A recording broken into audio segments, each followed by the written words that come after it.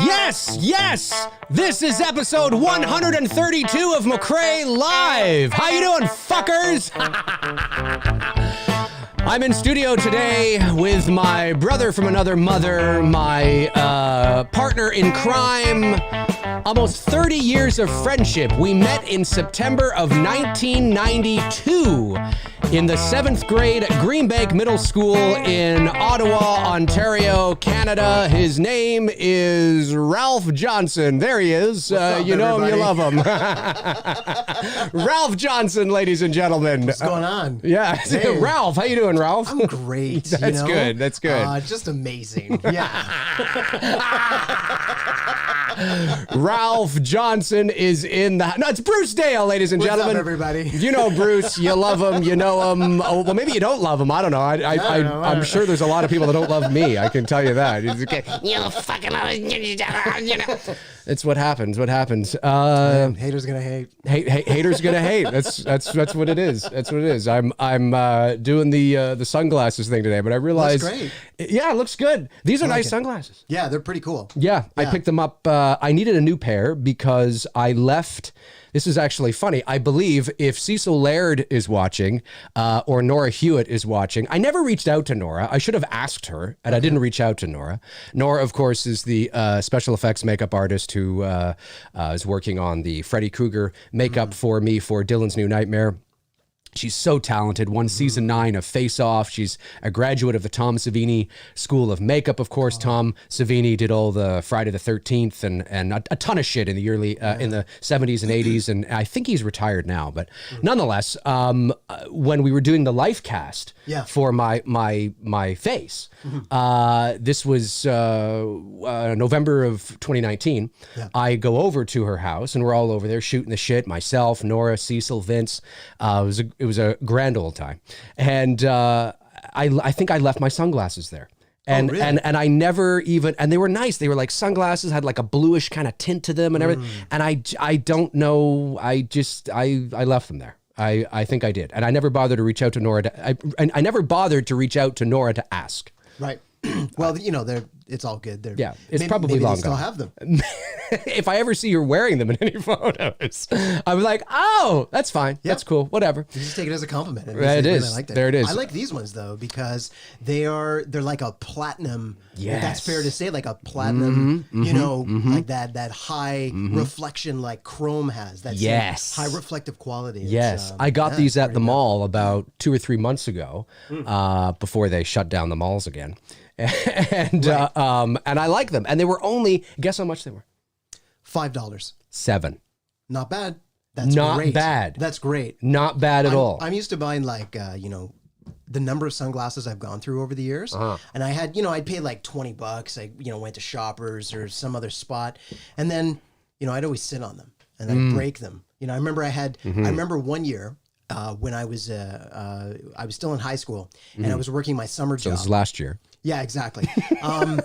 And so, and I knew that I would break them. So what I did is I went out and I bought, I think it was like 3 pairs of the same sunglasses. 30 pairs of the same sunglasses. No, but I got 3 pairs of the same sunglasses. And then sure enough, by the end of the summer, they lasted me all summer. Yeah. But by the end, they were all broken. And they're lost or something. And so just by the natural just wear and tear of wearing sunglasses as a teenager, I guess.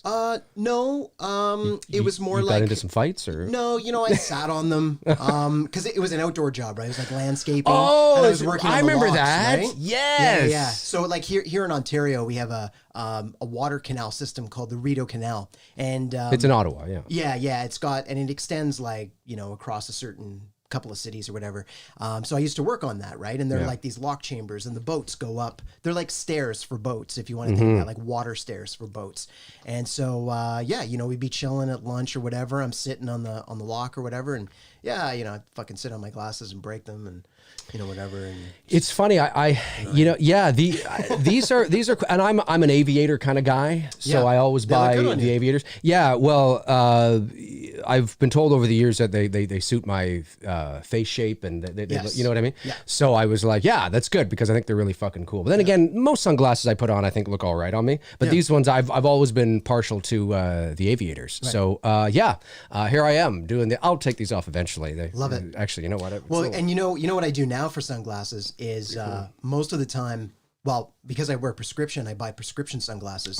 So to prevent myself from sitting on that and breaking those, I keep them in a hard case in my backpack. So that way I know where they are or they're in my car. So right. I gotcha. I totally, with like $400 glasses, fucking. Yeah. Oh, I would never. Broken. Yeah. That's the thing. I would never. I think the sunglasses that I left at Nora's, I think I left them at Nora's. Nora, if you're watching, maybe I didn't. I don't know. Maybe they fell out somewhere else. I bought them, I think it was when we were down at the Santa Monica Pier, and I think it's when we started to walk, and I think maybe we were in Venice Beach, maybe, and because you know how you walk along they have all the sunglasses, people selling sunglasses and all that kind of stuff. All those, and I saw some, and they were like $10, and I was like, oh, these are really nice, and I liked that they had like a blue kind of lens to them, and I think that's where I got them.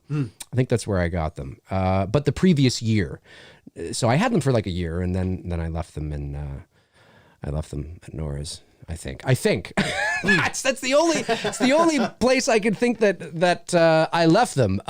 Super chat comes in from our good friend Intel Wild. Hey, Intel Wild up? How you doing? Brings in a super chat, and let me just make sure it's the only one that's come in. He says Drake ain't got nothing on these two. Dave and Bruce are the ones who really run the GTA. It's true. It is actually true. That is actually a. There's nothing more truer than that. Right. Than that. We absolutely do. 100%. I look more. I'm trying to. Let me get your. Let me see if I can get your. Do auto white balance on you, see if that helps. Yeah, that looks a little better. We look a little more even now, I think. Okay. Yeah, I was just looking at me. I look more like Drake now? Yeah. Yes, that was the sole purpose of doing that. Nice, well done. Right, yeah, that was it. I didn't really care for any other reason, really. It's just to do that. Yeah, we do run I've always thought that they should have they should make a video game. Yes, okay. A GTA game called GTA. Yes. Because now, for those of you that don't know, because most of our viewers are American, the wider metropolitan sort of broader area of Toronto is known as the GTA, the Greater Toronto Area. It's like how in Chicago they call sort of all of the suburbs and the little municipalities, they call it Chicagoland, right? So that's what they call it here, is the GTA, the Greater Toronto Area. And I think ever since I started playing Grand Theft Auto like 2 on the PS2 or something, or Vice City or whatever it was, I remember thinking they should do like a GTA. Yeah. Which they would never do. And but, yeah, especially with as you guys know, a lot of people come to Toronto to film productions all the time, and they'll use it now to simulate some other larger city. They've been doing it for years. Yeah, and pass it off as the States. But they can do it even more now than they've ever been able to do before because of the skyscrapers and how much development there's been downtown. Yeah, it's huge. So it looks like a true metropolis now, and it's just it's beautiful. It's great. It is. And there's more. The skyline is super cool. And there's more shit going up. Like I was just reading an article the other day. There's a battle right now there's a building going up on the corner of Yonge and Bloor called The One.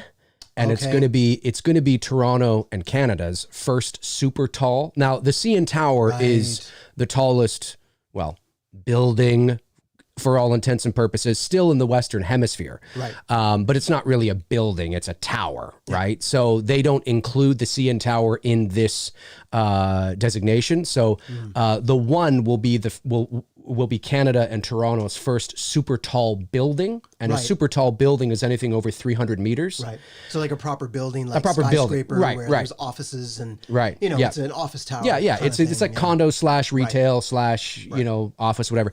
And you follow a lot of that stuff. I do. I find it really interesting. I find it interesting to see the growth of the city where it was, because Toronto is still like, in comparison to New York or Chicago or something to that degree, London, Paris, it's a relatively young city still. Right, in comparison to those ones. In comparison. Yeah. And so it's fascinating to see it building, and no pun intended, and coming up, and all the skyscrapers and that are being built around the CN Tower.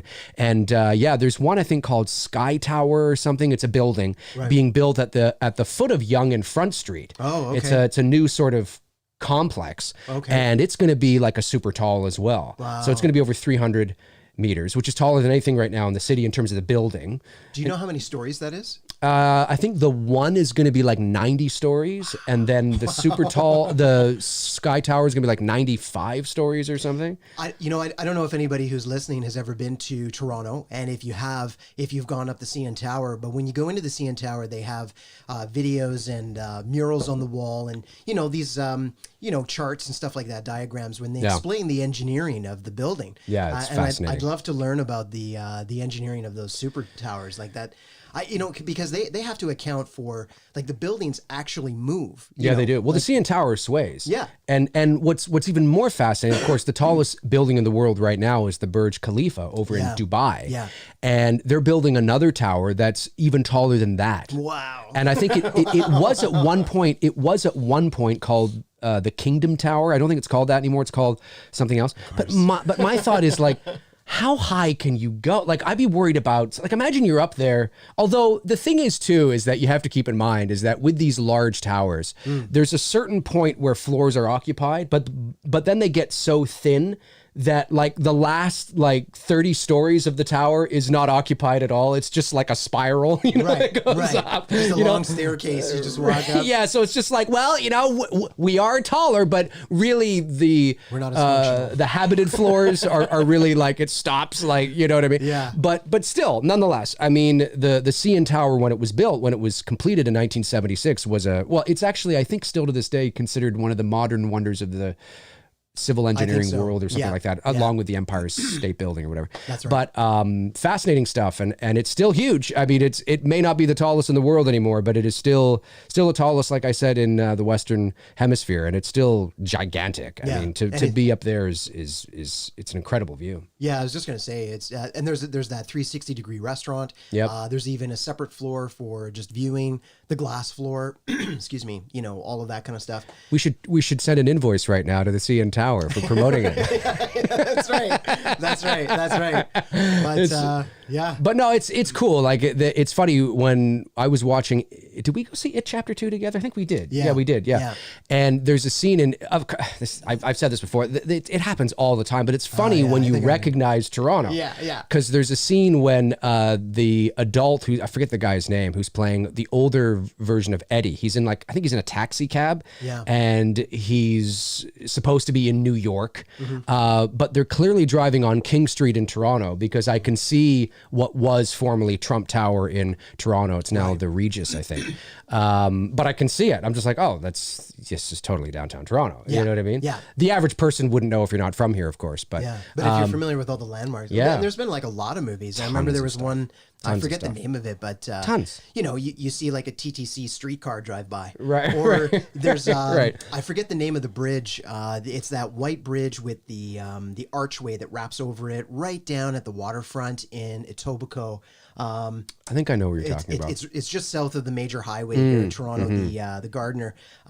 You can see it when you drive along the Gardiner. Anyway, there's a couple of condo tower section of the city, and then there's this small white bridge, but it's a landmark, and they film there a lot of the time, and you can see it. And often they'll, I know they used it in Flatliners. There was one scene. Flatliners? Ellen Page was walking. Okay. The remake.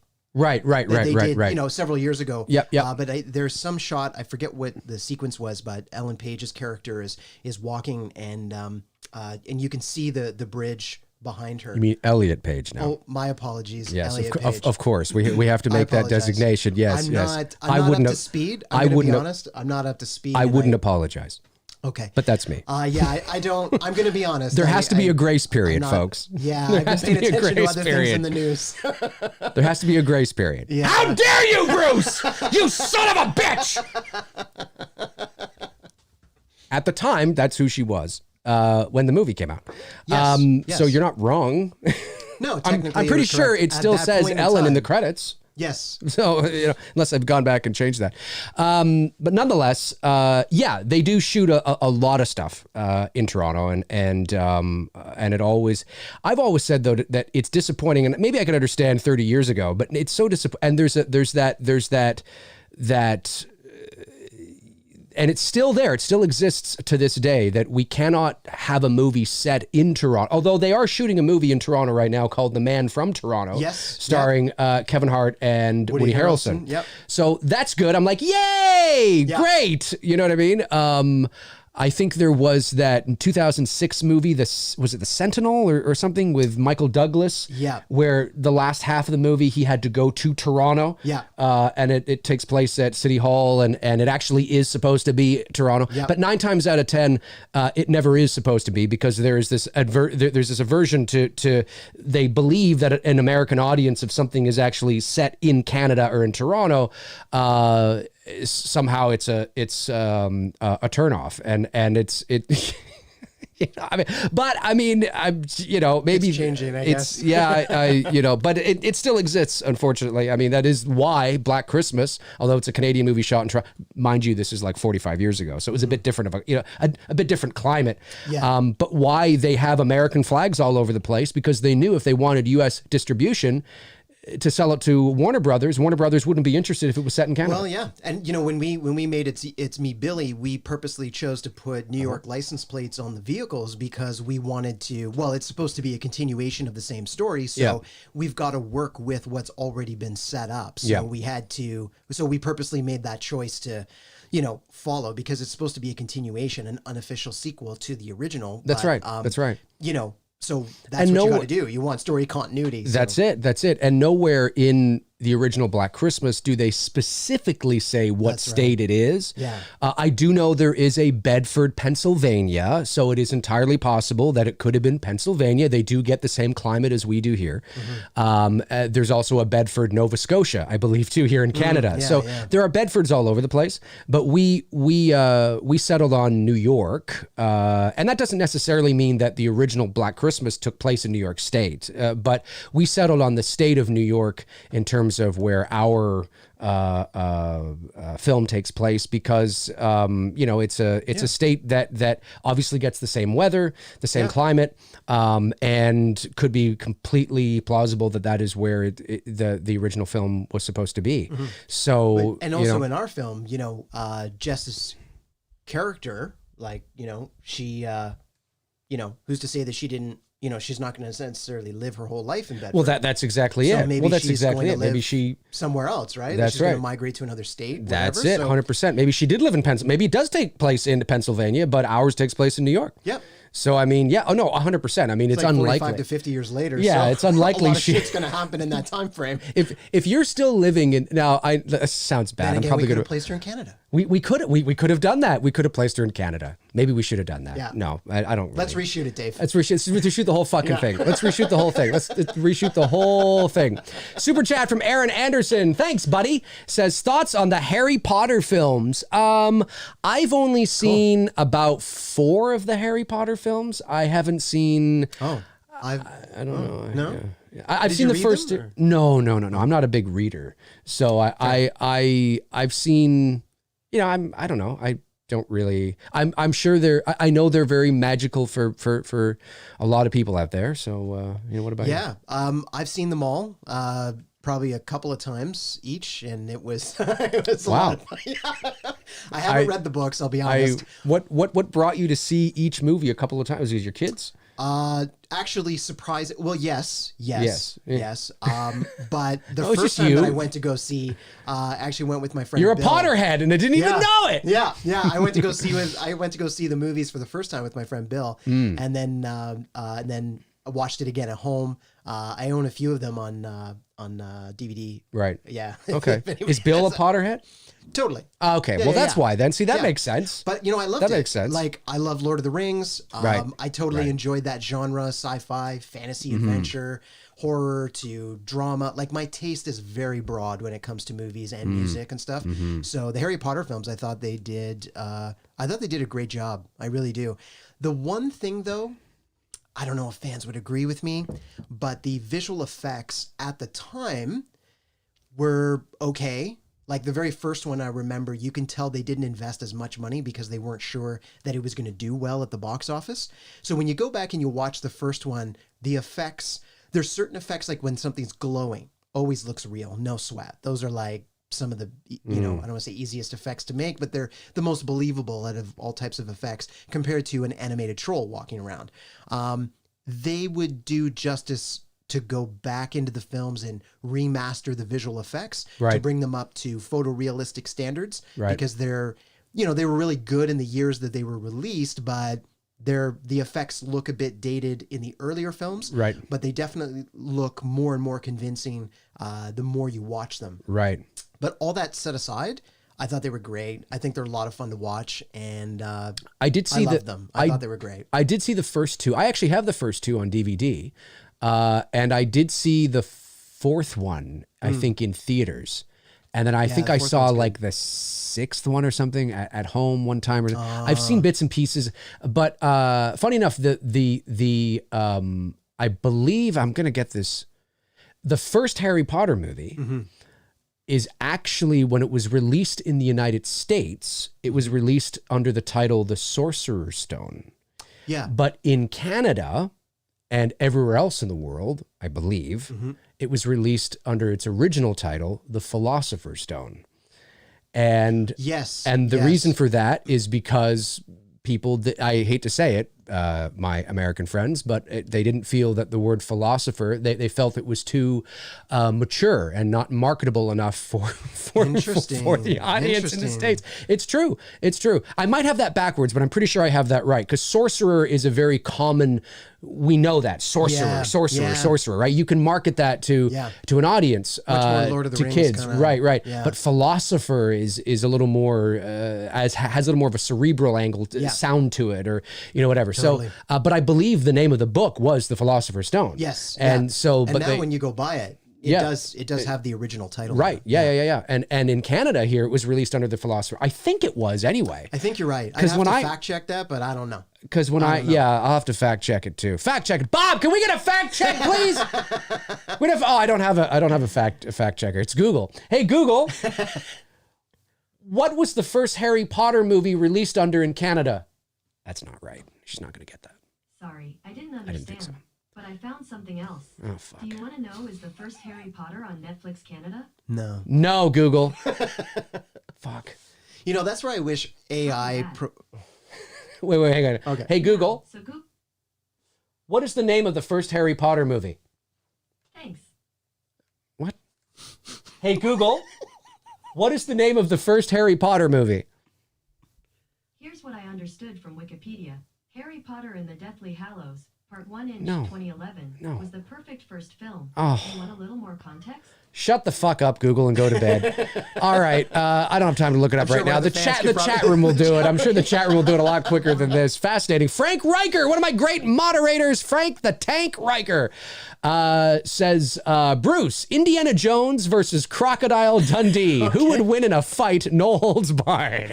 I'm taking Indiana Jones any day of the week. No holds barred. I have a feeling that as I would agree with Dave. I think Indiana Jones for this one reason. I think Crocodile Dundee would approach him with like the biggest knives he could find. Right. And he might even have like that's not a knife. Like, you know, crocodiles and shit all around him. Yeah. But then Indiana Jones would stop probably about, 20 yards away. Yes. Pull out his gun and shoot him. Yeah. Yes. And then he'd shoot the crocodiles. Yes. Or the crocodiles would be like, oh, fuck, you took him out. I'm going to go home now. Exactly. I don't even think I have a, do I have, I do have applause. Yes. There's nothing more cheesy than fake applause on a switchboard. You need a laugh track. I think I do have a laugh track. Oh, really? A cheesy laugh track? I might like the comedy shows? I might have back in the 90s? I do, yeah. Oh.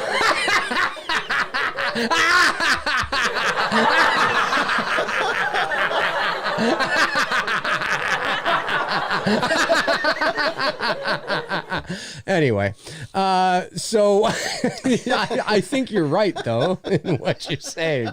I think you are correct. I think Indiana Jones would no doubt just shoot him. Yeah. At the end of the day. That's what I think. Yeah, I think you're right. Intel Wild sends in a very generous super chat. Thanks, buddy. $20 super chat. He says, for the two guys that brought Billy back. Yes. Yes. Yes. Yeah, we really hope you guys are going to love it. We're super excited about it. And, we are. It's coming along nicely. I'm sure Dave's been talking about it. The post-production moving along nicely. It is. It's looking good. Yeah. The assembly edit is still being assembled. Of course, that's why Bruce is over here is because this afternoon we're going to continue to go through the footage and continue to assemble things together. And so far, it's looking good. Yeah. The one thing, and this is not a spoiler because, we've sort of talked about this, but the one thing as you begin to see the movie take shape, and you begin to see it come together, and it is just an assembly, and it's some things, could change, but it really does. It's beginning to, I really see and feel that, and this was intentional, of course, but I really like and see and feel that psychological drama angle to it as we're building to something, as we're building. Yeah. And because it's important for, again, for people to understand that this is not I understand that it's a slasher movie for all intents and purposes because of the category, the subgenre it falls into, because of the original movie and how the original film was one of the earliest examples of a slasher movie. Well, what a slasher film was in 1974 was very different to what it was 10 years later when Elm Street came out, right? Yeah. So, it's changed a lot, but this is there's a psychological angle to this, which is great because that's what we wanted. It's not blood, guts, and gore. It's not Friday the 13th and high body counts. It feels eerie and we made it, and as I watch it I'm like I like this. I like the feeling of this. You can feel something building. The slow burn, as they say, as we really like. Well, and I think when we were crafting the story, just writing the script, we said to each other, how can we make this our own? Because it's one thing to just sort of copy what other people have done, and we see it as an opportunity as filmmakers to add our own thing to it, our own spin, our own voice, as directors, and what can we do with it creatively to make it different and to elevate the IP, to take it to another level if we can, that kind of stuff. And so we chose more of that psychological angle because in some ways that can be equally as scary, to know what's you have no idea what's lurking in the shadows and what's coming after you, and it's that mood, the tone, the atmosphere, the slow burn, like you say. It's being truthful to what Bob Clark had it. Again, I understand that the 74 film is dated now, of course, in terms of, a bit of the acting and stuff. But when you watch that movie, you can really see what he means when, I wanted a mature angle to it, right? That these girls are not, it's not all, beaches, bimbos, and bikinis, I think he said. Like there's a maturity to it. And we've added that element to this film. Yeah. That there isn't the archetypal sort of, she's the bimbo, she's the klutz, she's the skank. Yeah. She's that, like, there's nothing, we didn't want that. No, we tried to add some dimension to the characters when we were writing it. So that way when they perform, it creates that really nice build. And I think and you care about the characters. Yeah. You care what happens to them. Yeah. Like I'm excited. In such a short period of time. Yeah. And that was one of the biggest challenges is because this is a short film, we need to deliver on Billy. Yeah. But we also want you to care about these characters. Yeah. So how do we do that in such a relatively short period of time? Yeah. Roughly, 25, 30 minutes, whatever, right? How do you get people to care about these characters to a point where you care about what happens to them? And that, when you have 90 minutes to 2 hours, it's easier because you got more time. Yeah. But in a short film, it's tougher. And it was a challenge, but I like what we've done with it so far. Yeah. And I think, that's one of the big challenges. And there's a lot of movies I think we can all think of where they did not do a very good job at utilizing the full 2 hours of feature film that they had to really make it awesome. And instead they, what's it called? Fucked up. Wasted opportunity. And it's so I get it. Yeah. Yeah. No, it is. It's true. It's true. It's true. Jim Dorsey sends in a $4.99 super chat. Thank you, Jim. Says, did you guys ever have a fight where you didn't talk for a while? I don't think so. No, we work our shit out. Yep. Yep. No, we Like, no, we for never real. have. It's I think that's one of the. All I'll say is communication is key. Yeah, Communication 100%. is like so important. Yeah, it is. And so if you got beef or you got issues, Yeah. whatever, you know, you got to pick the right time to talk about it. But you got to talk about it. Right. And I think it's important that when you have a friendship as long as we've had too, that rarely is anything ever personal, right? Yeah. 9 times out of 10, it's usually a misunderstanding or it's a lack of communication on my part or Bruce's part, or he's on a different wavelength than I am, or I'm on a different wavelength than he is. It's not personal. It's never personal. Getting aligned. It's about getting aligned and making sure we're on the same page and whatever that means in whatever context that is. And that's usually... Yeah, and then but that just takes a conversation or two. Hey, you know, can we talk for a moment, or you know, can we have this? And then you know, you hash it out, and you go, oh, okay, I didn't know you. Oh shit, yeah, okay, no problem. You know, and then it's fine. Yeah. I think the biggest piece is trust. When you have you know, a meaningful friendship, you trust each other. Yeah. And that's trust on every level. You know, so that you're able to trust being able to speak to each other in an open, honest way, and the other person respects that and listens, and then you're able to kind of talk about it, and you know, but at the same time you also have to challenge yourself when listening to be able to go, okay, you know, is there something that I could do better next time, or you know, how valid is it what I'm thinking or feeling right now, or whatever. So you know, we you know, what do you guys expect, right? We've been friends for almost 30 years, like 30 years you know, next year. It is that deep. Like, Yeah. you know what I mean? Yeah, I mean, and anybody else has had friendships that long, or if you know, whatever, like you would relate. Yeah, 100%. Yep. Yeah. Matthew Arnold just sends in a $4.99 super chat. Thanks, buddy. Celia, excuse me. I have my glasses on. Oh, it's your Ciela. Ciela. That's Ciela. right. That's How right. you doing? Ciela. Hey. Ciela O'Connor. I was like, is that who I think it is? It Yes, is. yes. It is. I don't have my glasses on. Where are my glasses? It's okay. Ciela's my daughter. Yes, there we are. Oh, Ciela. She's here. How old were you guys when you started making short films or small clips? That's a great question, Ciela. We were, well, the very first thing we ever shot together was, I think, that Coke commercial, wasn't it? That Coke commercial. And we had the voice of Vincent Price from Michael Jackson's Thriller at the end, and I had like this little Jerry curl, and I'm walking down the stairs. Yeah, this would have been like 92, 3? Yeah, 92, so 1992, 1993, somewhere in there. in I those 2 think you had a years. tie-dye shirt on. Yep, totally. Yeah, I think it was the 90s. Yeah, it was. And the early 90s. It was like Vanilla Ice and MC Hammer. Yeah. You know. And if you don't know who they are, Google them. That's it. So I would say that was the first thing we did, was a little like a Coke commercial or a Diet Coke commercial or something. Yeah. And we shot that on your dad's high 8mm camcorder. Yeah. And but the first movie we did was the night he came back. Yes. It was that like 45 minutes. No. How long was it? I think it was maybe 20 minutes, maybe 20. Really? I still have it. I'll have to. I should digitize that shit and play it. Wow, that'd be a lot of fun. I'm sure I would feel very embarrassed Yes, about my performance. that was but there's that line you kept saying throughout the movie. This is too much. Yeah. This is too much. It was so like good. Doc Brown in Back to the Future, who's like, "Great Scott," you know. It was like my version of that. Yeah, and you I just saying this is too much all the time. That was the thing, right? As kids, we didn't write a script. No, it was just we would sit, we would talk.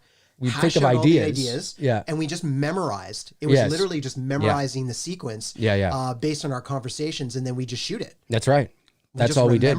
The only script we actually wrote the script was for They're Coming, which was a script we wrote in 1996, and it's still and we shot the movie, and still to this day, I think it is worthy of revisiting, and I think it's a great idea. Now, there have been Hollywood films that have sort of tapped into this idea since, and probably and certainly before, but it was an alien invasion movie, but it was an apocalyptic thing where this couple wakes up in the morning and they are the only people left on the face of the earth, and they have to figure out what's going on. And we actually shot this movie, and I played the guy, and I think Michelle was her name. A girl you went to high school with. I think her name was Michelle. Her real name was Michelle. She played my wife, and we're like 17, right? We certainly don't look old enough to be married. No.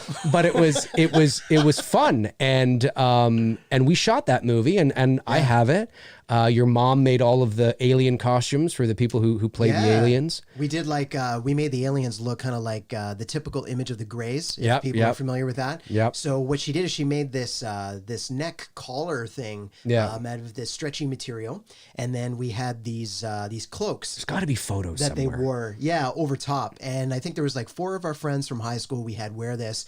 So they had the cloaks on, and then the neck piece was hidden underneath, right? So it's one full thing. It was really good. Yeah, and then she made these gloves that were just the 2 fingers, right, and the thumb. And then we took gray T-shirts, and she cut out these foam eyes and pasted them on. And I remember doing drawings to design the heads, so that my mom would have some sort of sewing pattern kind of thing to work with, some visual aid to see. So the way that we tried to make it look different is it was so cool actually. The eyes were placed where the nose is, so that it positions the eyes right about where your cheekbones are. And then from there, the mouth, we just saw like the mouth imprint, because it was tight against the person's face.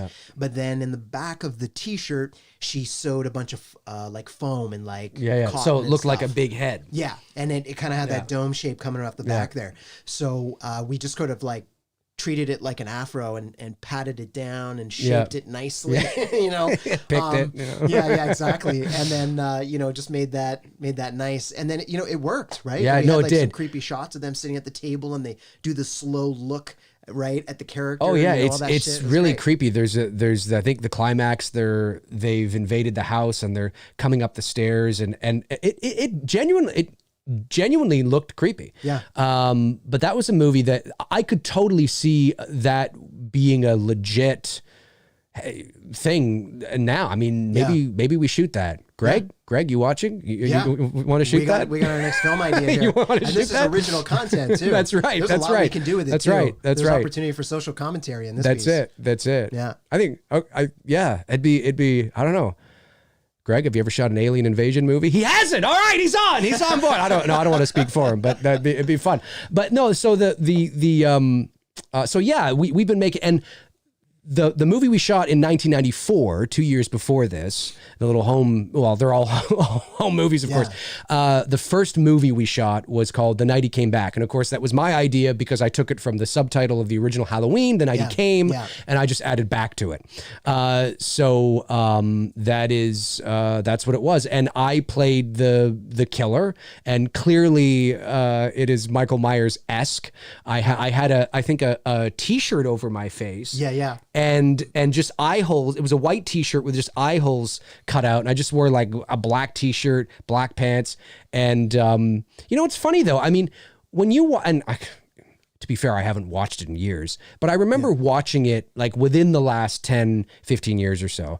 And I remember looking at it and I remember thinking to myself, when you look at this, there's clearly, you can tell, and again, I know this is me saying this, but looking at it as objectively as I can, looking at this home movie, you can see that there's talent there. Like there's these guys are thinking about shots.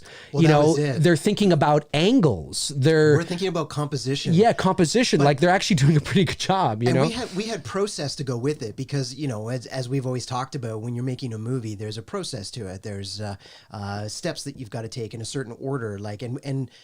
Even though we weren't at that point writing an actual script, we were still scripting it out, but it was, the lines were improvised, but we knew what needed to be said. It was more like a hip hop freestyle where it's like, I know what I'm going to say, and I just spit on the mic. You know what I mean? Like it's like that. But instead, we're talking lines on camera. But we really approached it with a lot of organization, and you look at the quality, I think, at the time, and the tech, and everybody has to keep in mind, we did not have the technology then accessible to us that we have now. I mean, we were editing, and we were editing in camera.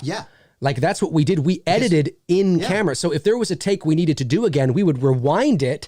In the camera, try to line it up at the moment and was there a jump cut every now and then? There was, because we didn't get the exact, frame down to the exact, but that's what we did. And then I think a year or two later, we started to edit VCR to VCR, which is what you did at that time. But the thing is that unless like high schools, some high schools would have like a toaster, yeah, it was remember called the toaster, yeah, and they'd have like what they called a non-linear editing bed, where you could they had like tape to tape editing, and it was like proper console with a jog shuttle and all that jazz. But that was like only professional studios had that, or your school might have that, and it wasn't always accessible to be able to edit on that stuff. There was no non-linear editing software. There was no DaVinci. There was no Premiere. There was no Media 100 or whatever. Vegas, Final Cut, Avid. None of that. It didn't exist. Well, nobody had computers. No, nobody had personal computers. No. So when you look at it, you go, well, we want to make a movie. How do we do it? And that's the biggest thing I think for Dave and I, is that, you know, we're faced with these challenges, but we are resourceful. We overcome it, and we make, you know, again, I want to give a shout out to Bill, because he's the one that kind of coined this in my head, was, you know, take your limitations and turn them into your assets. And we totally did that. And, you know, and again, I think to your point, when we look back at it, and I think if we were to show all of you, you know, you'd look at it, you'd laugh, you'd be like, oh, this is really cheesy, guys, or whatever. Well, of course, especially it's 1994. I mean, but when you think of it in context of the time that it was made, think of us, the ages that we were 15, 16 years old, and we're being ambitious, doing this shit like after school on weekends. And like, this is... Well, and how do we get the music in the movie? Yeah. And how we got the music in the movie was we had somebody, the designated boombox, ghetto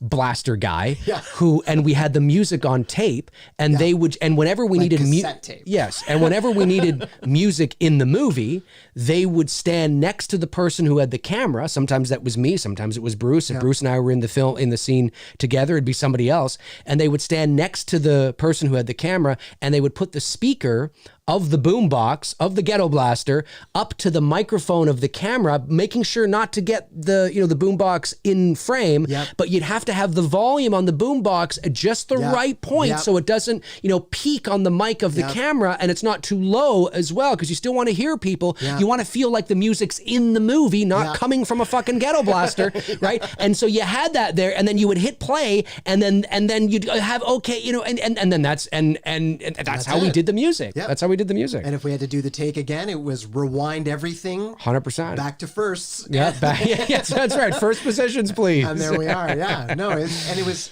so when we, man, I tell you, I've said this to Dave so many times. If we had what we have now, back then, my God, the shit we would have been coming out with, damn. That's what I'm saying, man. Like, they make shit easy now. Well, when I look at it's true, and it's the access to this technology that kids have today, and there are kids, and I genuinely mean kids, like 15, 16, and I watch their short films, and I'm just like, fucking amazing. Well, dude, yesterday I was out for a walk, and I know some folks that are on the line now. You've liked and you've seen the video. I think it was yesterday. I posted a video. I went out for a walk, just to go for a walk, right? Enjoy the weather, because I'll walk any time of year. Anyway, I'm like, you know what? I'm going to just shoot something. I just felt like it. Shot this thing on my phone, got like half a dozen shots.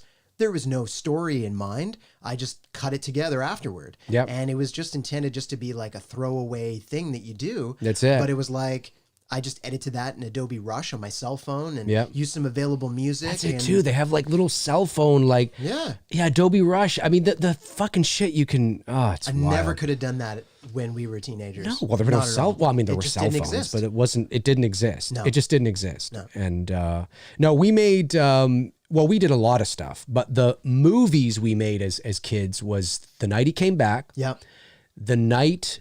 And that was a trilogy. Excuse me. It was The Night He Came. Excuse me. Yes. That's what it was. It was The Night He Came, because it was the exact subtitle from the original Halloween. My apologies.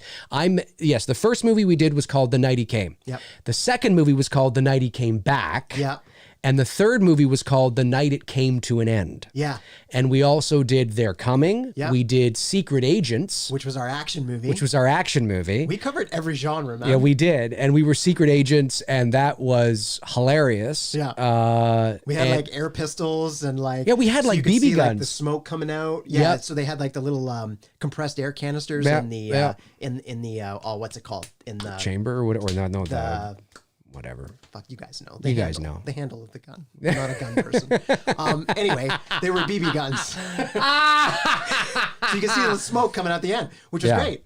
we shot in winter. We had like all these props. It was great. And everything we were doing. It was great. Yeah, we shot it. I think it was like March, and then I shot a movie. I did another one without you. I think you were too busy or whatever, and I did one with Evan and Brian. Yes. Called Panic. Yes. And that was really good too. That was centered around the board game. There was a board game called Nightmare, I think it was called, where there was the gatekeeper that would come on and it was like a board game where you had to put in the VHS. Well, they did another game called Atmosphere. Yes. And it was sort of like a spin-off of the game Nightmare. Yep. And this movie Panic I did, which I wrote and directed and shot with my friends from high school, was centered around that. It was like a New Year's party. There was this character named Gus who wasn't invited. He was made fun of and he was kicked out. And the kids were playing Atmosphere, but then weird shit begins to go down, and you think Gus is the killer, but it's really not. And anyway, it was a fun thing. There was that, and that was the last amateur home movie I shot before we went to college, I think. Yeah, and then in college we kind of did our own things at that point, making our own short films and then into our adulthood with the stuff we've done now. It's funny. It's crazy. Let me see here. Victor Charlie sends in a $5 super chat. Thanks, Victor. Says, congrats on IMB. Oh, he even put a comma after the M. Thank you. If it gets more executive attention, would you consider putting your careers on hold and taking this new career path of filmmaking? Well, it would depend on what was at play. I mean, when you work in the film industry, when you work in the entertainment industry at large, you usually always, if you're not working a 9-to-5 job, you're usually always an independent contractor. So it would depend on what that was. If it's for me anyway, it would depend on, is there an offer on the table that I can't refuse? Is it going to pay me more money than I'm making now? I have to think of that. And yeah, so it's kind of like, you kind of have to go through the boxes and is this a viable option? And what's at stake, right? Are my ideas taken into consideration? Like, for example, let's hypothetically say Blumhouse loves this idea of It's Me, Billy. And they're like, wow, this is amazing, guys. Let's talk, right? Well, but then again, it's like, what's the criteria? We want to do this, but we don't want you involved. We want to do this, but we want you involved, but not him involved. We want to do this, but we want you guys involved, but not them involved. We want to do, there's so many things, I don't know. If I was 22, I might just be like, I don't care. Let's just do it. I'm in. But at nearly 42, there's things you have to think about beyond just that, and we've made a name for ourselves in our careers in the entertainment industry where we have a little bit of leverage in the sense that, we're not new to the game, we're not new to the business. So we understand how the business works. We understand the political cinematic rhetoric, as I like to call it.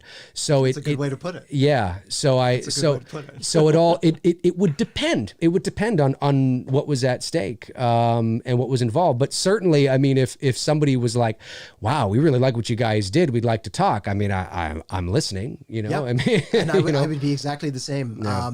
For me, I would say, as long as those conditions were right and that criteria was right. That's right. Because you can guarantee we're going to step up and negotiate. And rightfully so. Yeah. So if the conditions were right, yeah, for sure. Yeah. But those conditions have to be right. Yeah. And the right criteria, as Dave is saying. Yeah. Yeah. 100%. Yeah, and it's just a lot of different things to think about. A lot of different things. Like I said, if you're fresh out of college or university and you're 20, you tend to throw caution to the wind more. But when you're in your 40s, there's more things to think about. There's more responsibilities and things like that. So yeah, I agree.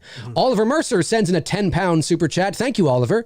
Oliver, big fan of It's Me, Billy. Says, hey guys, hope you both had a good Christmas and New Year. We did. What are your thoughts on Michael Keaton returning as Batman in The Flash? Plus, Indy 5 will be Harrison's last last for obvious reasons. I'm more up on the Indiana Jones stuff than I am the Michael Keaton Flash stuff. I do know that they're trying to make a multi-universe thing where they have the different Batmans from the different eras in movies and stuff. And I don't know. I mean, I'll just say this. I'm not qualified to answer that question. And I will say, I mean, certainly I can answer. You don't have to be qualified. But in terms of knowing the details and the nuances, being like an expert in this genre, right? And all the things that you need to know, I'm not that guy, as you guys know. But I will say that number one, it all comes down to execution. Yep. It all comes down to story. At the end of the day, winning solves everything. Sometimes you can be hesitant on something, on an actor being cast in something, on an idea, a story, and you can be like, why the fuck? And then you see it and you're like, oh my God, this is actually great. So if you can win the game, that, changes everything, right? For fans. But I will say, and you've heard me say this before on the show, guys, that I am a very linear storyteller. I'm not one that tends to, I like things to go in chronological order. I like things to be clean and cut, and because it helps me personally, I get more emotionally attached to the characters and the idea and the stories. I find if you're bouncing around and you're bringing in all multi-universes and doing it, it's just like, it's just too messy for me. I'm just like, I don't know what to like. I don't know what to love. What am I doing? Isn't it great? Isn't it great? I'm just like, now we're doing this, and then we'll go back and do this, and then we'll jump ahead and do this, and then we'll go back, and I'm just like, oh, stop. I don't know what's going on. And that doesn't mean it's not good. And that doesn't mean there aren't people out there that can't follow it and totally get it. And maybe this is why I dropped out of college, but I certainly I need things. I appreciate storytelling that just keeps going forward, and because I get emotionally attached to the characters and the nuances and the subtleties of the stories and stuff. And then if you suddenly just go back and then bring in a Batman that doesn't exist in this, but he does exist. No, but he doesn't. But he does, because in a comic from 1995, in paragraph 3, section, it's like, oh fuck, I don't know, man. I just don't know. So that's kind of how but if they do it right, hey, winning solves it, man. Yeah. What do you think? Now, you are more up on the superhero stuff than I am. So I'm curious to hear your thoughts on this. So in my opinion, I think, and I've talked about this with Shanae, my partner, she agrees with me that, and shout out to Shanae. And so we both agree that Michael Keaton, we think, is the best Batman out of any of the Batmans. And that's just because I think the best of Batman, or the best Bruce Wayne, or the best combination of both? Both. Gotcha. I'm going to say both. And I say that because I like Michael Keaton's look compared to anybody, from Val Kilmer to George Clooney to Ben Affleck to, I'm forgetting the Bale. Bale. Bale would be my second favorite. And that's because I loved, but really it's also because of the costumes. I think he did well as Bruce Wayne. I really liked Bale as Bruce Wayne. I also liked Keaton as Bruce Wayne. Right. But I think Michael Keaton had the full package for the character. And I really liked them both because I don't know, but as well, my hat's off to the production design for both the Nolan universe and then the Tim Burton universe, because I love the production design in both. They're very different from each other, which is why I like them. I like them probably equal for different reasons. Gotcha. Like I love the tactical part of the Nolan's grittiness series with the Tumbler. Like I love real that, world kind of. Yeah, the iteration and how they, and my buddy Eric would fucking rip my head off right now, but I don't care. Bruce! But come on, Bruce! Because he and I debate, superhero shit sometimes. Right. But I loved how they grounded it in, here's this R&D department, whereas I felt, and they're the ones developing all the tech, and then he just knows how to use it. So I got the impression he kind of just pays people. And, right. He's a smart guy, but he's not like a Tony Stark quite in that, in Nolan's version of the universe. The impression I got, anyway, what I took away. But I really loved it.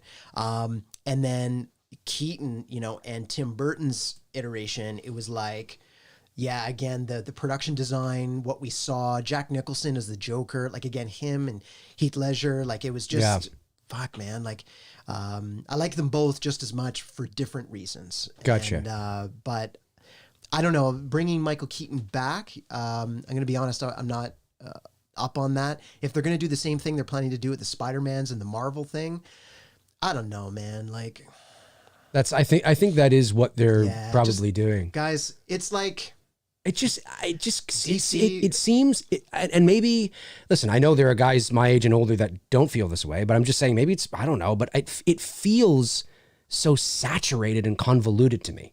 I just feel like, like there's nothing to get attached to, because if you have everything, then you have nothing. Yeah. Right? Well, Batman, I think what it is that it comes down to, as my audience knows, I love, mystique, mystery, subtlety. I like the feeling of atmosphere. And if you just let everything out of the bag, it just feels like there's no mystery to anything anymore. Right. Yeah. No. And that's fair. That's fair. I feel the character of Batman, and I felt this way about Spider-Man too, is that there's just so many reboots of it that it's just gotten played out for me. I'd like some time to pass before they drop something else. Yeah. So I feel like that. That's why I'm sure. Is it Patterson? Robert Pattinson. Robert Pattinson. He's playing Batman in the new film. Yeah. Like I'll go see it because I'm a Batman fan. Yeah, I like Batman. But I'm not as excited as I was about previous versions, because I just feel it's played out now. Yeah. And it's mostly because of it's just kind of unfortunate. Well, because you get inundated. It's because of saturation. Yeah. 100%. The last part of the question was Indiana Jones 5, and listen, I'm somebody that's been saying for a long time, I think and this is big for me, and Bruce will know this too, because obviously Harrison Ford's my favorite actor of all time. And for many years, I was the one coming to his defense in terms of the character and saying, no, he's not too old. Even after the debacle of Kingdom of the Crystal Skull, within the next 5 years after that, you could have done another one with him. And I was like, no. But now the dude's going to be 80 next year. Wow. And it's not that he doesn't look good for his age, but great. Even I am starting, it's about believability. Yeah. Do I believe that this 80-year-old man can be kicking ass and taking names, or taking names and kicking ass? And the problem is that, and I'm sure they know this, obviously Spielberg is out as director. He's backed out. I think it's Mangold, is taking over, which is a good replacement. But it will be the first Indiana Jones movie not directed by Spielberg. So that's interesting in and of itself. But that being said, they're obviously going to have to go, the immediate comparison, of course, is the Logan route, right? Where you have an older, wiser.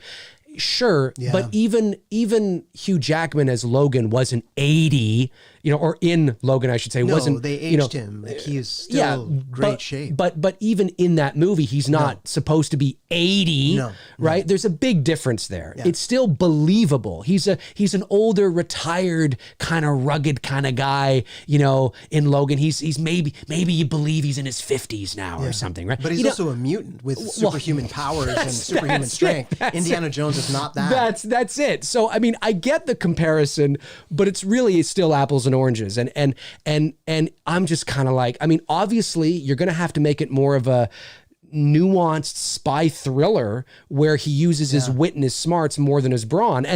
But is that an Indiana Jones movie? I mean, it's not that it can't be done. It's not that it can't be done. But even I now am like, cut it. It's too late. I think it's unfortunate that Kingdom of the Crystal Skull, in terms of the narrative, I think it's a nice way to end it. He gets married to Marion. Yeah. So obviously, in terms of the story, that's a nice way to end it. The movie's just gigantic pile of dog shit. Yeah. But it's unfortunate that the movie is like that.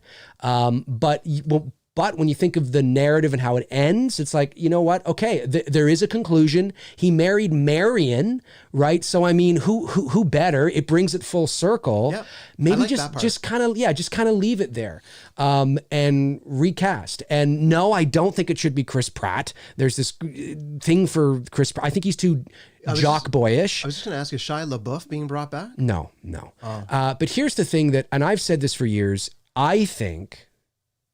So anyway, to say I'm of course I'll go see it. It's Harrison Ford. It's Indiana Jones 5, and maybe to be fucking amazing. You're like, holy shit, they did it. They pulled it off, right? Winning solves everything. I'm telling you. Having said that, though, I will say that I think they should recast, and I still don't think it's too late to recast this actor. the audience already knows what I'm going to say. I think I've talked about it with you, although it maybe is on the cusp now because I think he's 50 something now too. Okay. But I think years ago, even before Indiana Jones 4, but certainly immediately after, I think, and this is big coming from me because I'm Harrison Ford guy, you know, I think a great replacement for Indiana Jones would have, for Harrison Ford would have been Hugh Jackman. I think Hugh Jackman he's tall, dark, and handsome. Yeah. He's got the brawn. I believe he's got the physicality. I don't look at him and see a frat boy jock like I do Chris Pratt. I understand why people would suggest Chris Pratt. Well, it's all because of Guardians of the Galaxy. Yeah. And then somebody immediately after that made some Photoshop image and they Photoshopped Chris Pratt's face on Harrison Ford's body. So it wasn't even his body. And they're like, oh my God, yeah, he'd be great. And it's like... You can Photoshop my head on fucking Harrison Ford's body from the 80s and they'd go, he'd be great, fucking ripped and you know what I mean? I'd rather just a no-name actor than somebody that we don't know because sometimes that's easier to accept when it's such a huge IP. Yeah, it is. You know, it's like what Abrams did when he introduced The Force Awakens. Yeah. It's like, okay, we're going to introduce actors that you may be familiar with, but not they're at not the same household time. names yet. Right.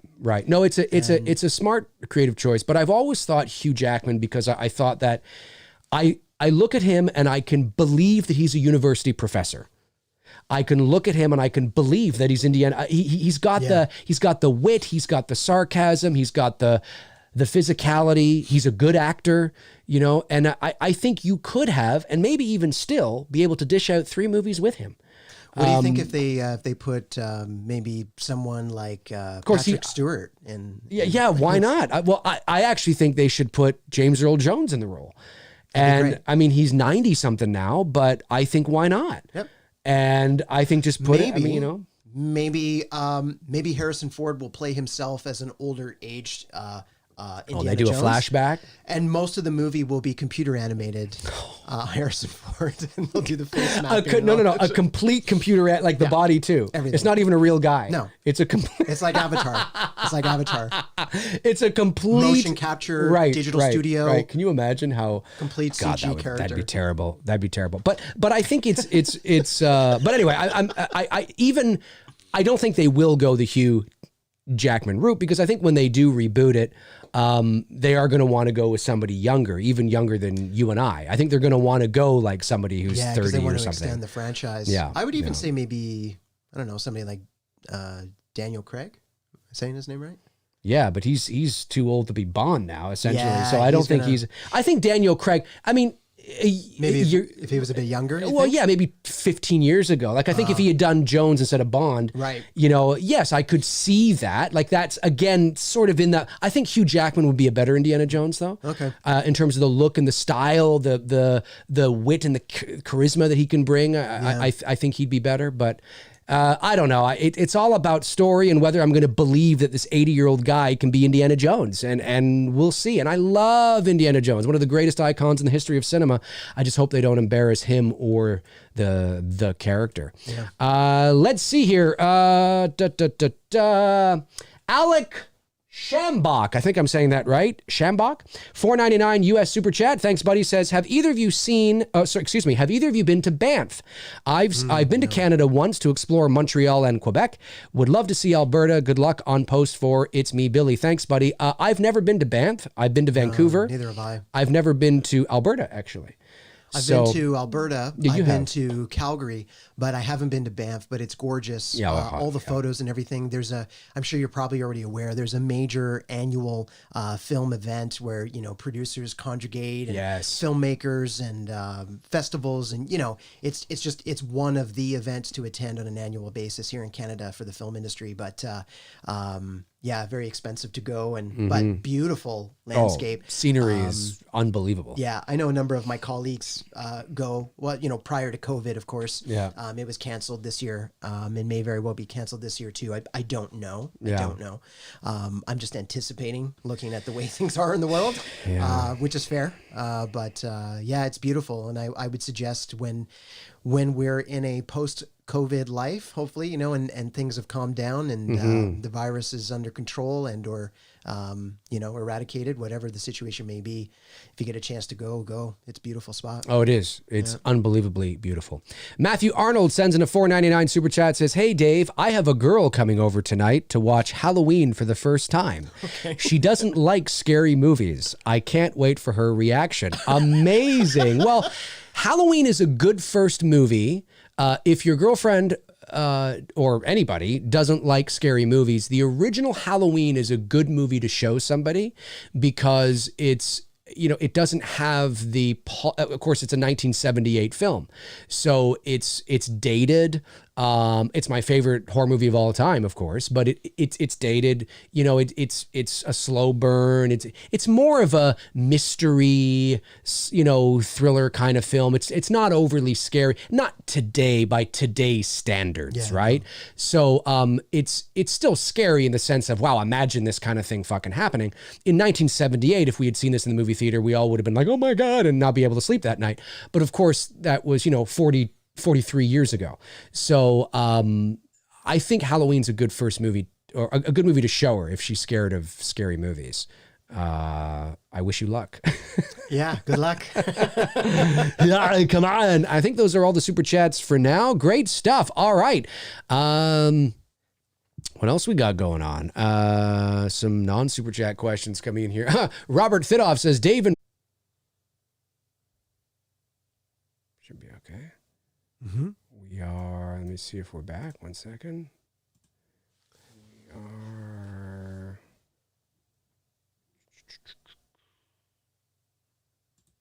Says we are on. Let me see if...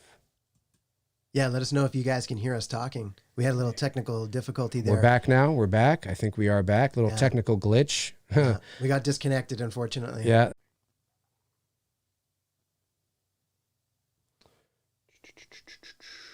Let's see.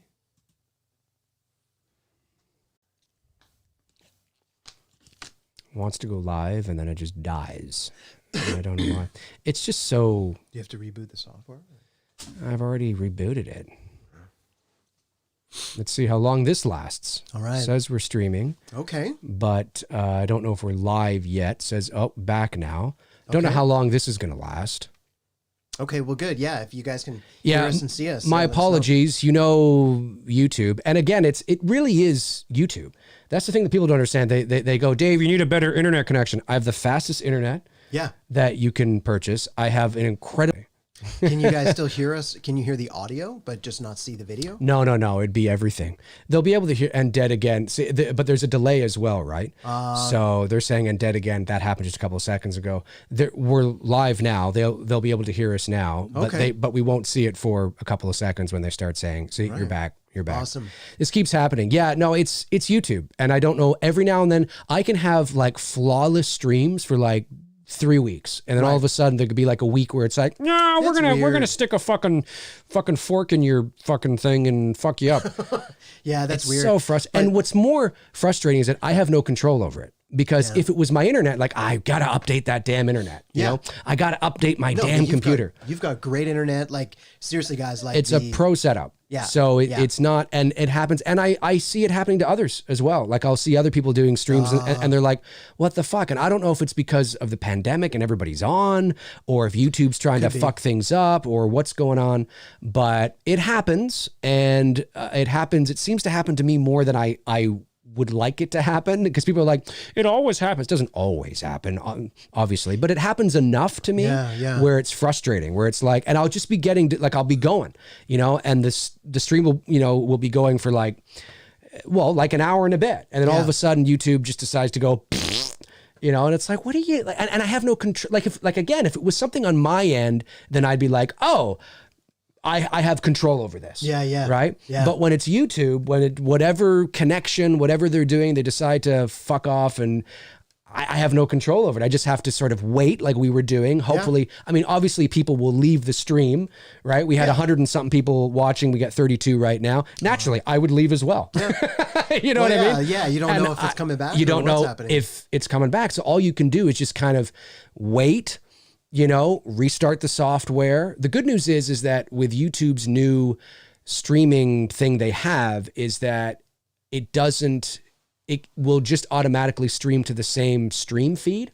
Oh, that's good. So when you watch us, it'll get to a point where there'll be a couple of hiccups, right? But they pick up immediately, and it keeps it all contained. It keeps it all contained in one stream. That's awesome. So whereas before it didn't do that. So then you'd end up with when it posts afterward, you'd either have to manually edit those together to create one stream, or you'd have multiple videos. Right. In the past, I've actually had to stop the stream, wait like 20 minutes, start a new stream, and then label it like, such and such part 2. Yeah, yeah. You know what I mean? Because I had no choice. Yeah, but that's frustrating. It's frustrating. Well, that's good that they improved that piece. They improved that piece. So like we could be off for like 25 minutes and we would lose viewers, but when we come back, it'll at least go right to the same feed. So, which is what it's doing now. So anyways, my apologies again, guys. Cool. It's out of my control.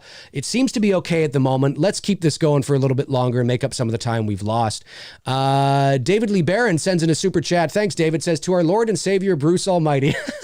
How the fork are you? What do you think of the new Spider-Man movie to come out? Will it be the greatest thing to happen in the history of humanity since orgasms?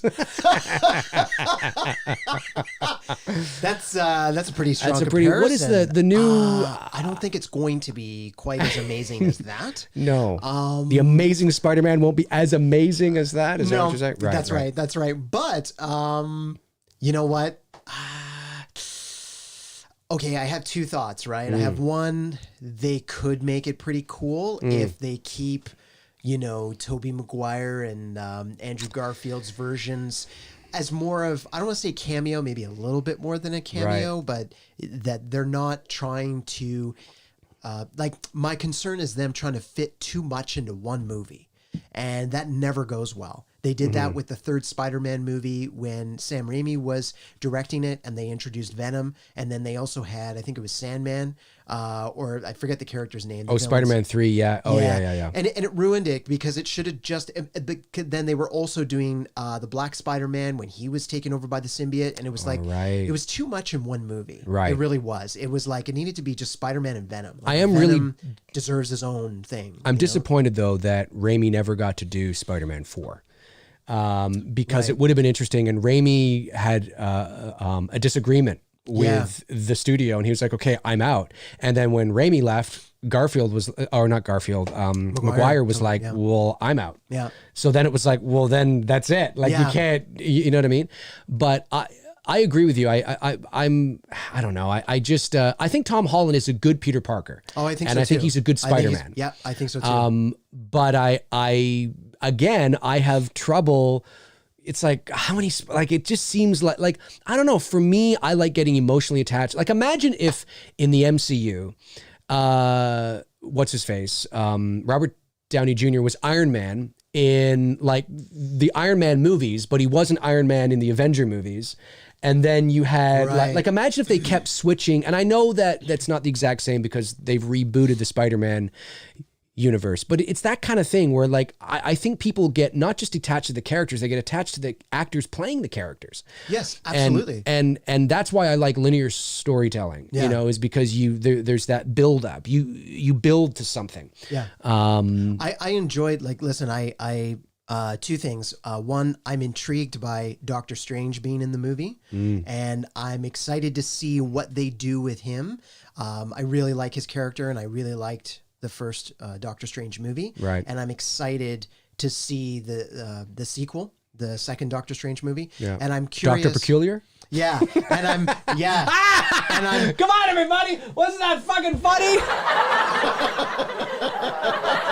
Nothing cheesier than that. So I'm most curious about that, and I want to see if they're going to mix the moments, if we'll see a post-credit scene that then alludes to the new Spider-Man film, or what's what, because I think, if I'm not mistaken, the Doctor Strange movie is going to come out before the new Spider-Man movie.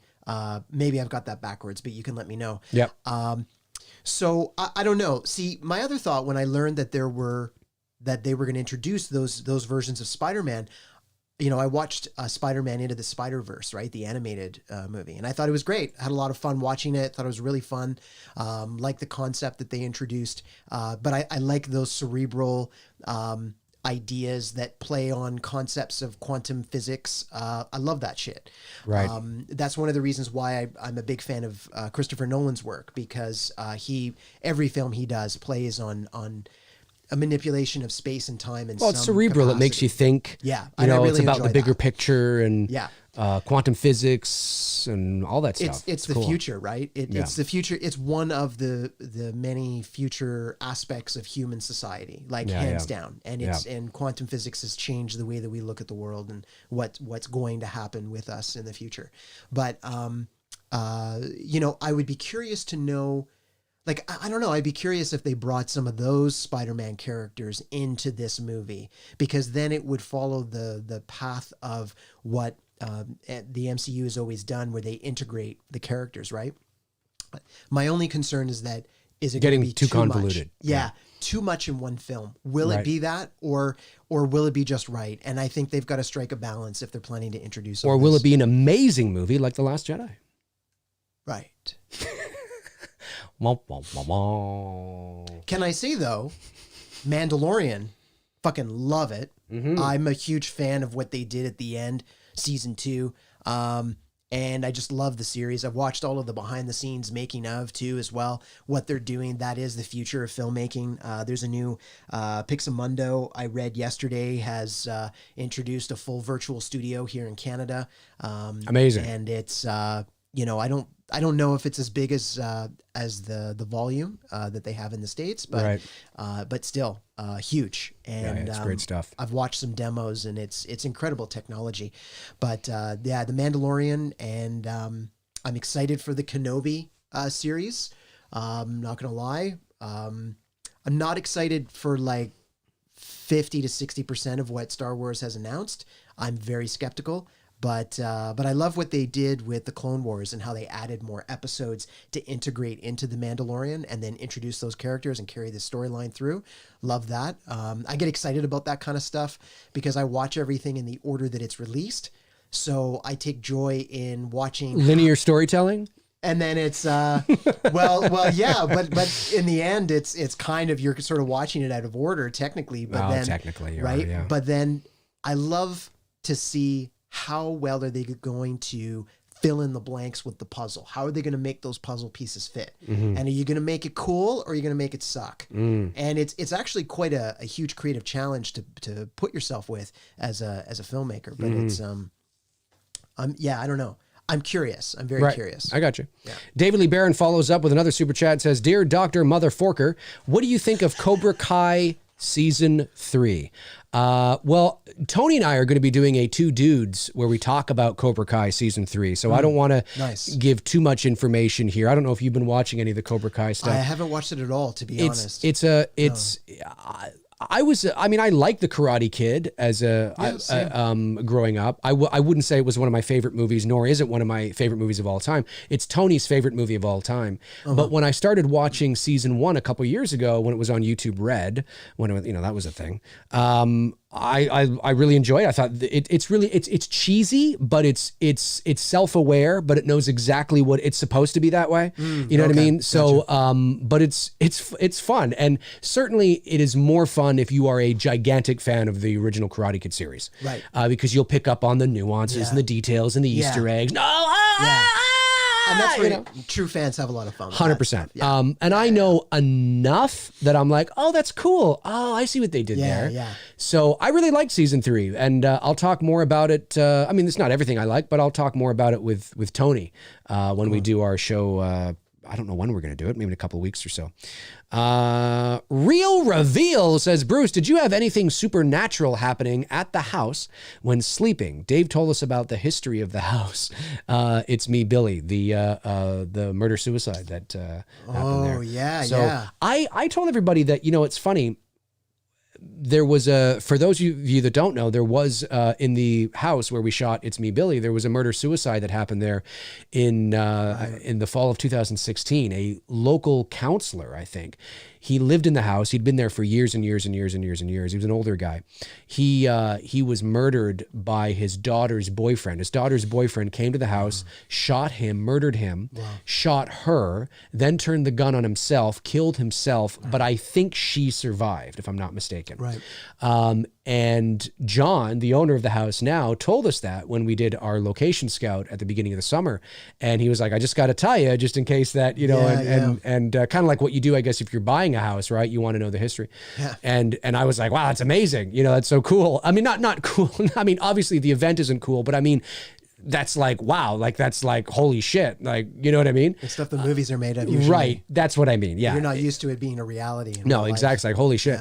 Yeah. And funny enough, I thought I had told the girls this. I could have sworn I had told the girls about the history. So when I was hanging out with them in their rooms, I forget if I was prepping them for the day or sort of recapping the day. I had told them this, and you know Victoria, right? Yeah, yeah. And she's like, what? Oh my God, you didn't tell me this. And I was like, I could have sworn I thought. And then Shelby's like, you didn't say anything about this. And then Malika's like, what? And everyone's like, what? And they're on their phones, you know, trying to look it up. And I could have sworn I did. I thought I did. And anyways, we had a good laugh about it.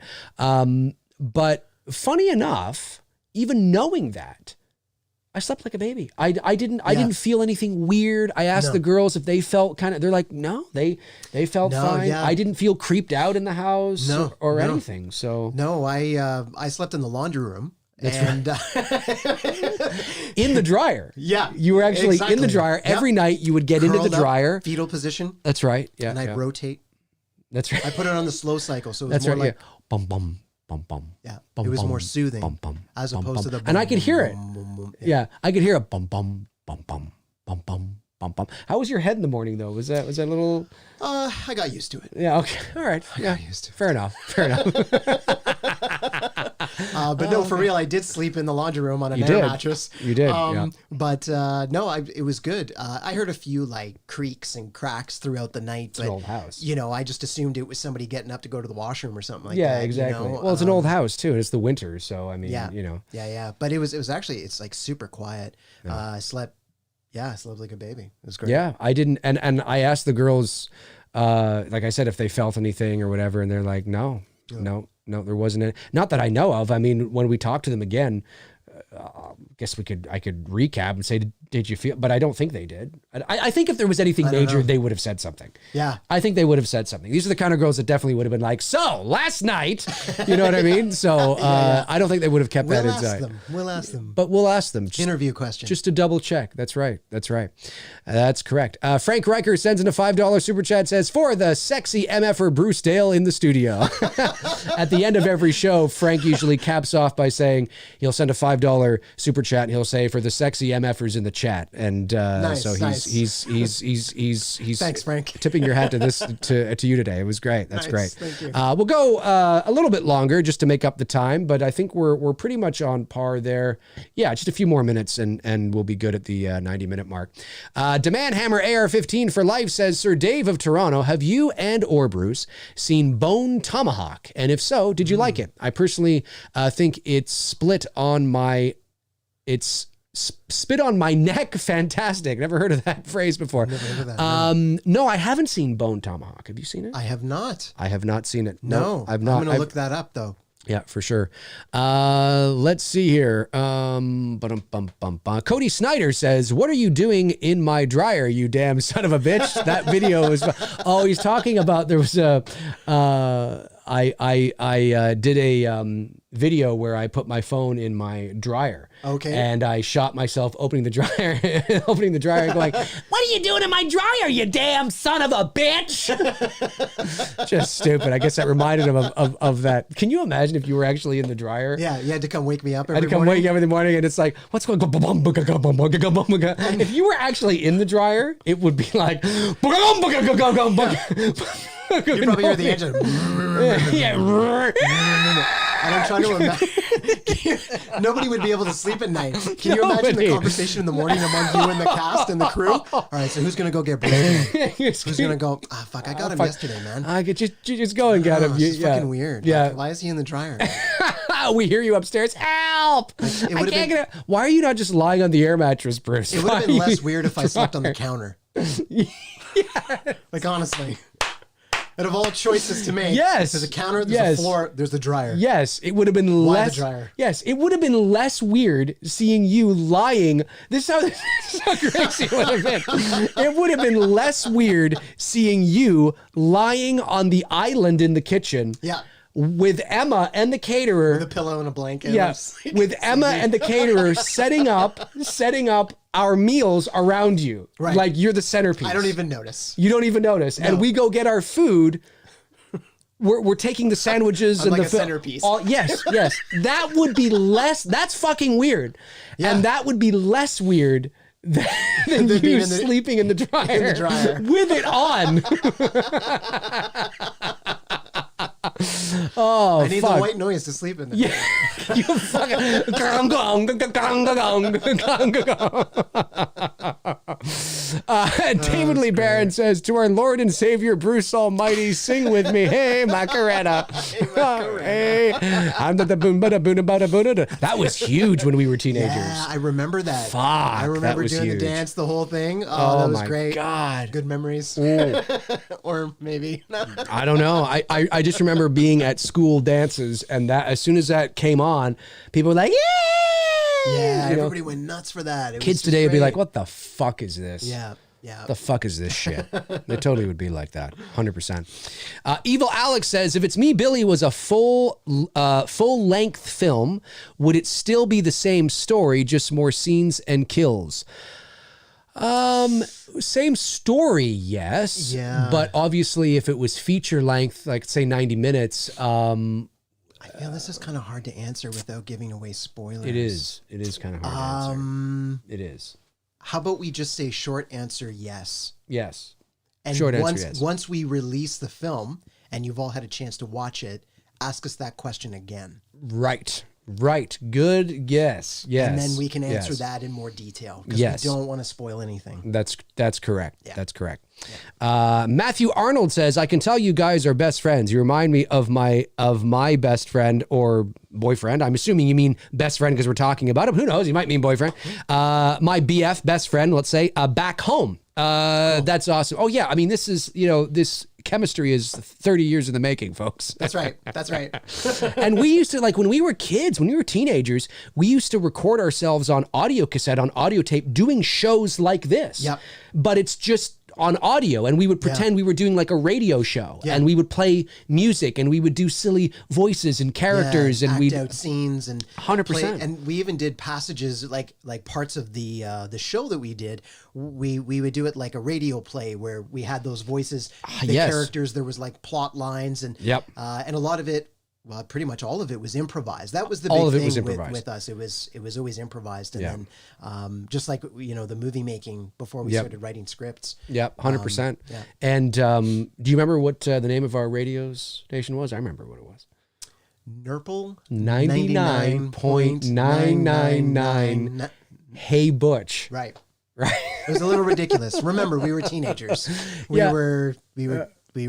Well, this is like 25 years ago. We're still young, but we were a lot younger. Yes. It's 25 years ago. Yeah. Nurple 90, I don't know where that came from. Nurple 99.999. Hey Butch was the name. I don't know what Hey Butch was. We just wanted to be ridiculous. Yeah. Hey Butch. Yeah. Hey Butch. Yeah. Whatever we used to do. Yeah, it was really funny. David Lee Barron sends another $4.99 super chat, says, Dear Dr. Bruce Almighty, have you seen any movies so great that you had multiple full body orgasms, or any movies that made you vomit your guts out? I love these questions, David. It's so funny. Okay, well, first time I saw Training Day, I was like, that was just like off the chain for me, like especially like Denzel, because he's one of my favorite actors. Yeah, he's great. He's in a new one coming out. Looks good. I've seen the trailer. It looks really good. Yeah. And then Inception blew me away. The first Matrix, when I saw that, I was 19 when I saw that. It blew me away. I'm assuming if I'm vomiting my guts out, I didn't like it. Correct. I don't know in today's world. Sometimes it's you're like that could be the assuming positive reaction. Yeah, it was amazing. Yeah. I don't know. You know, especially since we talk about horror movies sometimes, you know. It was oh my God. It was outstanding. Yeah. There's been a lot of those. Yeah. I will say this. Still to this day, Yeah. the single most disappointing movie-going experience of my entire life, and we've seen a lot of movies. Yeah. The single most disappointing movie-going experience of my entire life, still to this day, is The Last Jedi. And it's not that I think The Last Jedi is the worst movie ever made, because it's not the worst movie ever made. No. Technically, it's an incredibly made film. Yes, it is. Yes, it is. Production value. Yeah, everything. It's amazing. The effects, everything. Yeah. But I have never been more disappointed and let down after leaving a theater. And again, as I've said, it's not because of like fanboy expectations. It was because of story structure, character issues that don't make sense. It was the writing. It was the writing that made no sense. And I remember leaving the theater thinking to myself, I don't care about what happens next. Yeah, I felt the same way. And and many people did. It was very disappointing. When you 'cause it's introduce Star the Wars. second chapter of a 3-act play, Yeah. that second chapter is supposed to end on a note where you go, oh my God, I need to know what happens next. And it didn't. It felt like felt like I was watching the first act of a movie all over again.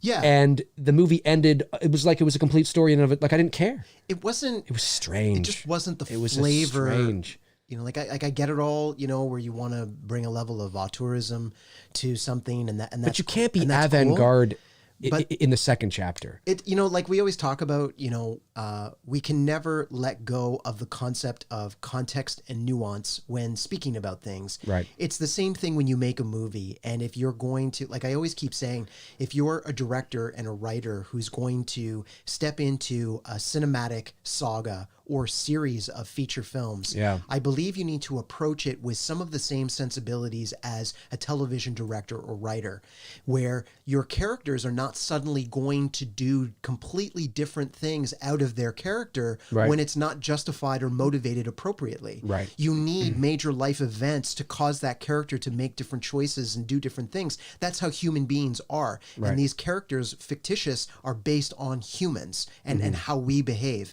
Right. So that's why I say the creative choices, I don't think were appropriate. I didn't believe for it. that story. No. And we lost so many opportunities that fans needed to see. And there's nothing wrong, I believe, with fan service, because it's the fans that make it possible. And without people's interest in the IP, you wouldn't have an IP. Like you wouldn't have the success. Agreed, but it wasn't the lack of fan service in The Last Jedi that was The Last Jedi's problem.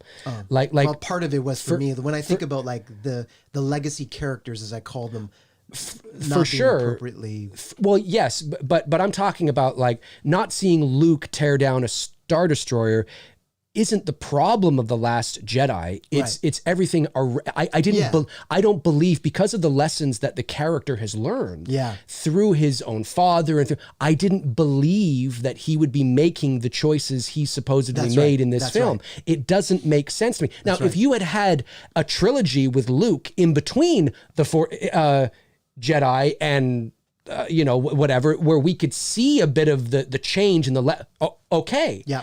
But I didn't believe in the justification. And Rian Johnson himself has said that I'm paraphrasing what he said, but he said, he took the avant-garde route. He decided to change things up and subvert expectations for and it's like, but you can't just do that. You can't do it on a whim. Not with something like Star Wars. And listen, regardless of whether you like The Force Awakens or not, you're supposed to branch off with what has happened, it's got to be a new story within the universe. Like there's lots. It was a strange film. It felt like the Force Awakens was a first act, and The Last Jedi was another first act. Yeah. Like I didn't like what you did, JJ, so I'm going to do this. Yeah. That's what it felt like. And I'm not the only one that thinks that. And it's not fanboy expectations. Is that this legitimately, I don't care at the end of this movie. It felt like, Broom Boy is looking up at the stars. It ended on a positive note. And it's like, okay, well, I guess that's it. That's the end of I don't care. It's supposed to be dark. It's supposed to be awful for, the second chapter in the second act in a 3-act play is always dark for the protagonists. Yeah. And it's supposed to end on uncertainty. And it's not just, when I say it's supposed to, it's because that is how plays in the 3-act structure have gone. Even 3 acts within a movie have gone for millennia. Yeah. You structure it that way, and your third act is your redemption arc. Yeah. Predictable, possibly, but that is how it's structured that way for a specific reason. Yeah. And The Last Jedi was Well, and that's the thing. It's a like strange movie. Star Wars has formula to it, and you have to play within the context of that IP. Yeah. Like otherwise it would be like, well, create another sci-fi film, because like Knives Out and it's great. Looper. Rian Johnson's talented. Yeah, he is. And he like, I think it just comes down to, he just may not have been the right choice. I apologize for saying, but it's what I think. No, it's no apologize. He wasn't the right choice. He wasn't the right choice to direct a Star Wars property. Just not at all. JJ should have done all 3. Yeah. And now I know there are people, I fucking hate JJ. He ruins that. That's or bring in fine. another director but that could do but I'm it talking just about as in well. terms of continuity, you would have got, because nobody was up in our listen, there were people that didn't like The Force Awakens. There were people that thought it was a little too similar to A New Hope. Okay, fine. Yeah, but the toxicity in the world of Star Wars fandom and the hatred of Star Wars is dead again did not happen after The Force Awakens. No. It happened after The Last Jedi. Yes. It was The Last Jedi. It wasn't JJ in The Force Awakens. No. It was Johnson and The Last Jedi. Yeah. That in this new era of Star Wars crapped on the movies again. And that's why season 2, last episode of The Mandalorian, why fans lost their shit. Of course that's why they did because we finally got to see Luke in his prime doing some real shit outside of his conflict with Vader. It's like we saw him become a Jedi, but we don't get to see him do shit as a Jedi. Like, I just wish the CG was nice. And then it was like, but we lost that opportunity in The Last Jedi and for the rest of that series. And it's unfortunate. But like I said, I mean, I'm cool with him being a hermit on the island. I'm cool with him even being a little down. Yeah. If it's but justified. He can't stay there. If it's justified, and I know people say, but he didn't stay there. He teleported to the whatever. Yeah, but it's the whole. Anyway, we could go on and on. It's a whole. They already know my thoughts on it. I just didn't believe in the creative choices at the end of the day. It didn't feel like a second act. It felt like another first act from somebody who didn't like the first act. Yeah. It felt like I had wrote a draft, handed it off to you, and you went, I don't like this. I'm going to write mine. Yeah. And then you write yours, and then we try to present it as 2 parts, and it's like that just doesn't work. And someone somewhere had to have approved all of it. Well, so it's those Kathleen Kennedy, Bob Iger, and guys, what are you doing? Yep, that's what happened. Yeah. Okay, we'll get through these last few super chats here, and then we will call it a day. Let me see here. Jeff Harris sends in a $4.99 super chat and says, "Do you guys have a favorite Jack Nicholson movie? Crazy, he's 82 right now." Oh, The Shining, One Flew Over the Cuckoo's Nest. Yeah. I mean, even The Departed from 2007, he was good in that. I was going to say that one. He was great as the Joker. I think he's one of the best renditions of the Joker. The comic book version of the Joker, for sure. Yeah. I would say my favorite, probably got The the look. Shining or One Flew Over the Cuckoo's Nest. Yeah, The Shining was great too with him. Yeah. I'd say that. He's just got this great ability to just showcase his like unhinged, there's more like that. I don't know. It's just I agree. I agree. Crazy there. What's going on? Like he's just got he does. such he's got that look. a memorable like facial features, the look, his eyebrows and everything. Like it's just That's why I say him and Heath were great. It's true. Yeah. And Joaquin. And I don't want to leave out Joaquin because Joaquin was great. He was fantastic. It was a different kind of Joker. It was great. He was fantastic. That movie. I loved what I thought it was brilliant. Yeah, I agree. David Lee Barron sends in a $9.99 super chat, says, "Dear Motherforkers, do you believe in real demonic possessions, or is it just a horrible case of severe mental deterioration and breakdown of the victim's psyche and overall well-being?" Well, we are psychologists here with degrees. I would say, I'll say what I say all the time. I'll say, listen, there are unusual things that happen in the world. There's certainly enough circumstantial evidence at the very least when it comes to things that are paranormal, that are interesting and peculiar. But I am also a firm believer that more often than not, there are reasonable explanations for unusual occurrences. And just because we don't understand it doesn't mean that it's supernatural. Right. Let's not forget that. I mean, I could take this back to 1830 and people would think that it was magic. Yeah. So, the supernatural is usually only supernatural until we understand its natural capabilities. I think, I think that more often, yes, it is likely that when somebody is possessed, they're suffering from some sort of psychosis, mental illness, something. However, there are interesting stories and interesting cases that, are fascinating. But in order to believe in demonic possession, you'd have to believe in demons, you would have to believe in hell and heaven. And it's a whole sort of, there's other things you have to believe are possible and true before you jump to demonic possession, right? Because if you don't believe in hell and you don't believe in the devil, but you believe in demonic possession seems a little strange. And unless you're coming at it from another point of view. So I don't know. There's unusual things that happen in the world. And of course, I had an experience when I was in college with the whole Port Robinson Road thing. So I do believe there is some sort of existence beyond our reality, but I don't necessarily believe that it's what we, especially Hollywood, says it is. You know what I mean? Yeah, I would tend to agree. It could be.